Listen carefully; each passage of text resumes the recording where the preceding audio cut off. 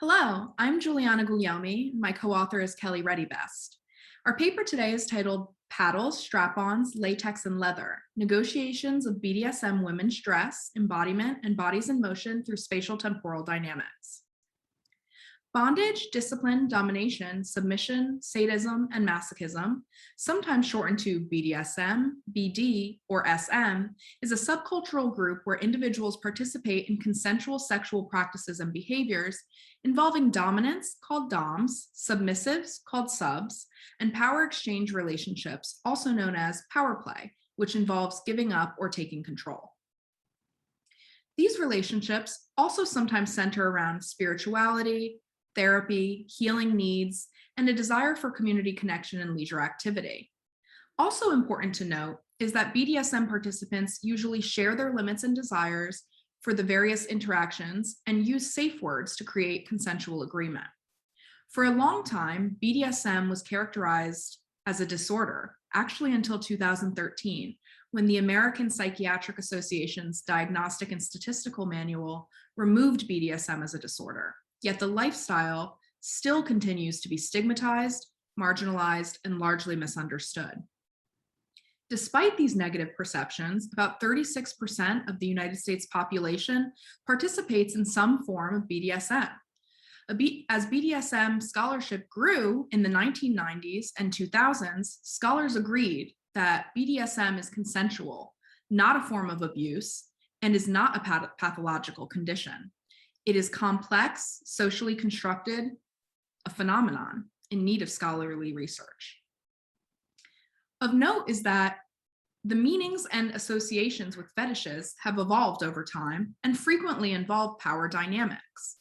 The BDSM community is often highly dependent on the aesthetic and visual impacts of their fashion bodies within BDSM spaces as they engage in various fantasy, power play, that hold multiple and shifting meanings. For example, wearing or viewing specific materials, including leather, rubber, or silk, has been used as sources of arousal and heightened senses such as smell and touch.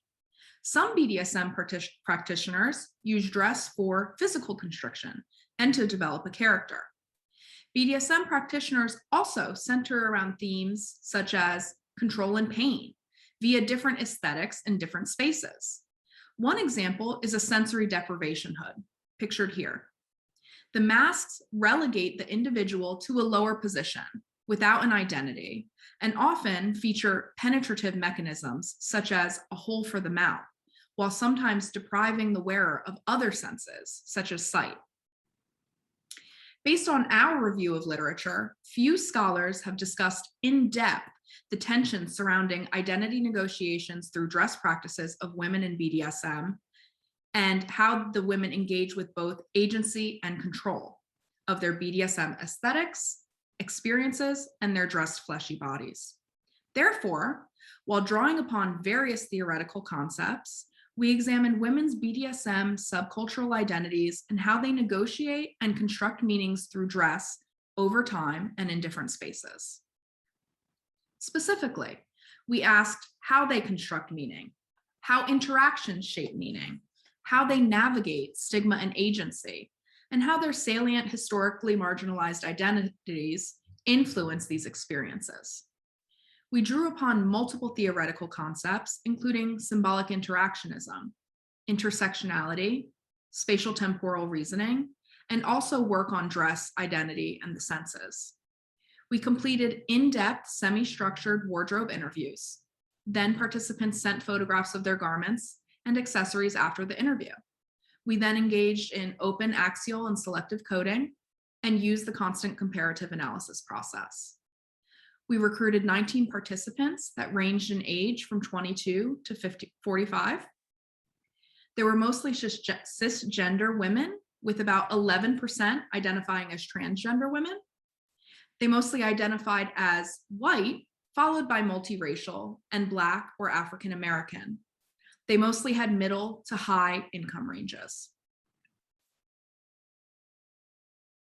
In our work, we identified 3 core themes: aesthetics, sensation, and fleshy bodies in motion, positive emotional experiences, including empowerment, sexy, comfort, privilege, intersectional oppression, and educational labor exhaustion, and negative emotional experiences, including stigma, feeling of being unsafe, misogyny, intersectional oppression, and educational labor exhaustion.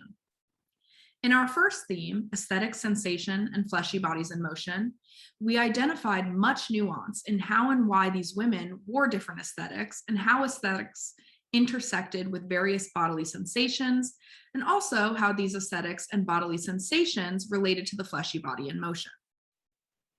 Participants expressed that they wore certain colors to indicate if they desired anal sex, top or bottom preferences during sexual intercourse, meaning they're either penetrating or receiving penetration, water sporting, which refers to urinating on one another, fisting, which is putting one's entire fist in someone else's vagina or anus, and body piercings.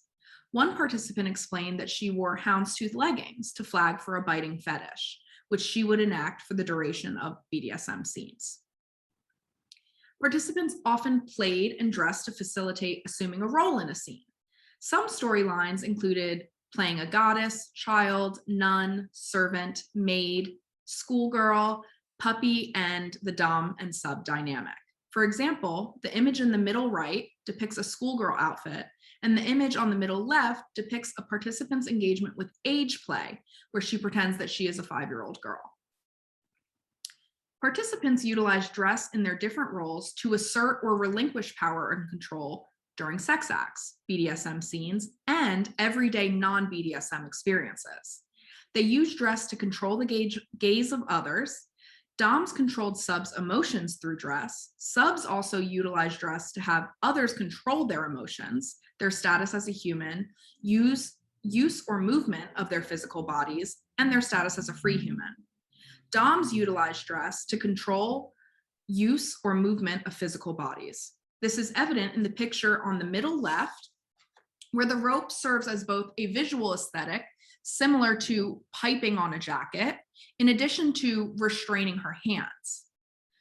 Participants wore varied styles of dress and materials to satisfy partner preferences, which impacted their partner dynamic. The participant on the right described her partner's leather fetish, which she wore to satisfy him. She said, "They like leather, so I do that specifically for them because they like to engage with it. They feel it, they smell it on me." Participants used dress to increase physical pleasure while in a role through touch, taste, and the smell of materials, which increased arousal and amplified pleasure during sex acts. For example, the participant here in this latex dress said, "For me, latex is incredibly arousing. It amplifies sex." Participants use dress to feel a sense of community and connection to their partners and to other BDSM members. One participant discussed their use of the collar, pictured here, to feel connected. They said, "It is the BDSM equivalent of an engagement ring. It is a symbol of your relationship." In our second theme, we identified that participants expressed many positive emotional experiences while wearing different styles and aesthetics during BDSM, such as feeling empowered, sexy, and comfortable. Yet, they also recognized that much of this positive experience was rooted in some of their privileges, and that those with marginalized identities experience intersectional oppression. Additionally, they expressed that while it was positive, they often felt exhausted from teaching people about BDSM if and when it came up. One participant expressed that expressing femininity made her feel powerful. Another explained that they felt proud and empowered to wear bright colors as a fat person in these spaces. And another participant explained they felt positively when wearing a strap-on and liked it when the strap-on matched her darker skin tone. Yet they often had a hard time finding darker skin tone strap-ons available on the marketplace. Participants also expressed feeling empowered wearing strap-on harnesses, but fat women had difficulty finding ones that fit their body and worked while they moved their bodies in the different penetration scenes. Participants expressed these positive emotions, and some recognized these experiences were rooted in being white, thin, upper class, and also stereotypically attractive. In our third theme, we found participants also had sometimes simultaneous negative emotional experiences, such as stigmatization, feeling unsafe, misogynistic behaviors, and other intersectional oppression. So this often led to educational labor that was extremely exhausting.